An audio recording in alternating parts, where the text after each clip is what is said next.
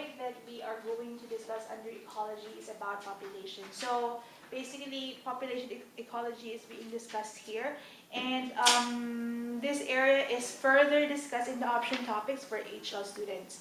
The only things that is actually being discussed under populations are, of course, we have to define what a population is and their differences from communities. So right after the definition part, okay, we have to discuss about factors affecting population size.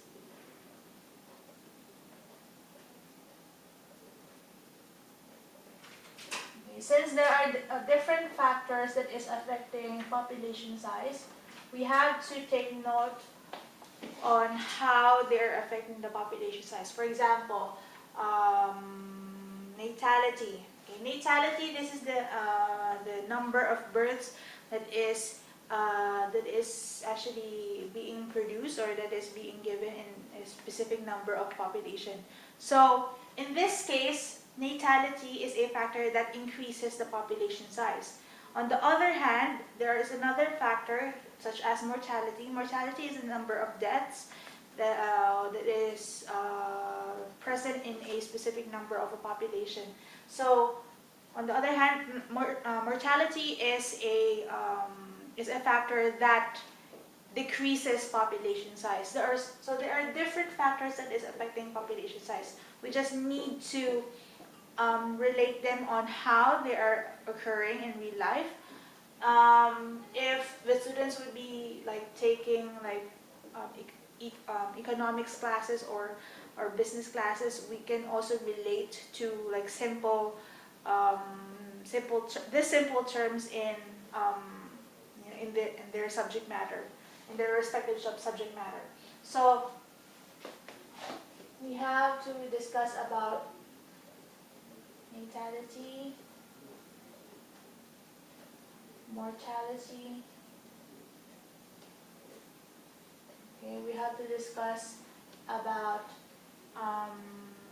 immigration. Immigration, on the other hand, this is the number of individuals that are moving into a certain area or moving into a certain land area.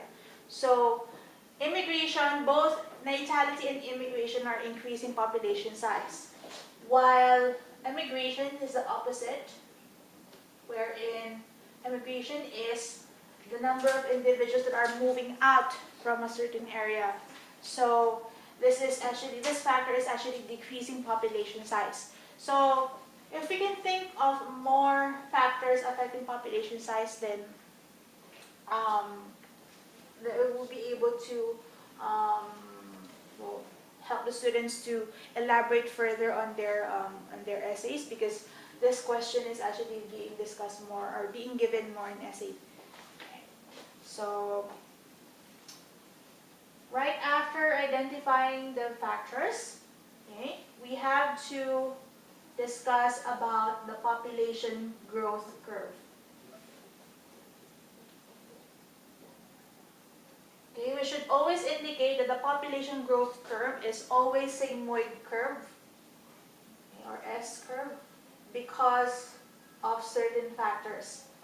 Okay, so first we have to provide a diagram for the population growth curve, and we have to label the parts in the population growth curve. So for example, if we have this diagram, okay, we actually see that this is an example of a sigmoid curve.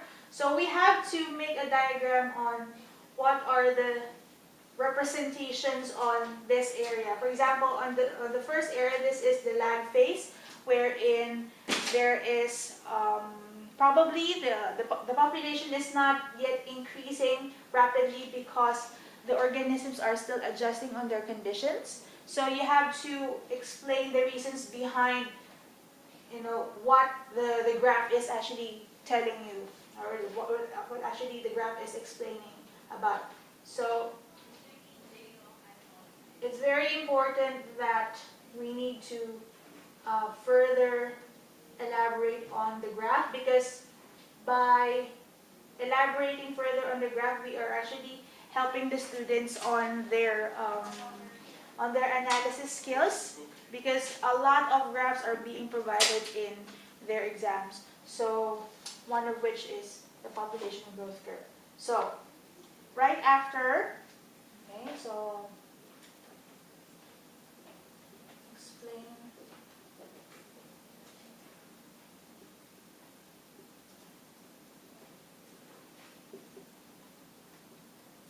Okay, explain the reasons behind the event. So for example, this one, in the second area, we have to label this as the exponential growth curve. So usually in the exponential growth curve, there is a rapid increase. Okay? There's a rapid increase in the population because of certain conditions. So conditions such as increased natality rate, increased immigration rate, all of which are contributing to an increase in the population curve.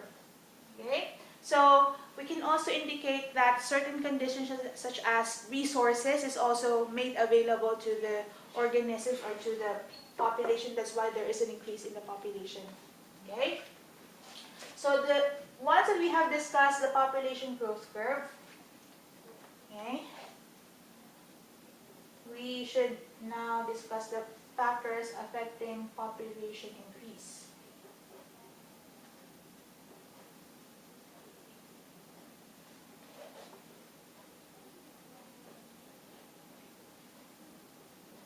So once that we have identified the factors affecting the population size, what are the factors that could further increase a population? So like this one, of course, we cannot expect a population just to randomly increase, but there are certain factors that are needed, such as, of course, resources such as food source, okay, resources such as habitat, okay, so that is actually affecting the organisms in increasing population. Okay, so if we have identified them, then we can actually say that this is further increasing the population because it provides a very conducive conditions for the organisms to reproduce more, because the conditions are good. So we have to include the presence of predators. So this type, in the case of increasing population, we can actually relate this to what is occurring in human population, or just the normal population that is occurring in a specific ecosystem. Because in human population, students can actually relate to what is being discussed because they actually see them. But in the case of course, ecology, we have to also we have to explain this area in the context of ecology as well, because of course there are other factors such as predators, okay, wherein predators are there are organisms that are hunting for other animals for food. So in that case, the presence of predators would actually decrease the population. So apart from that, okay, we have to indicate the presence of disease or parasites. So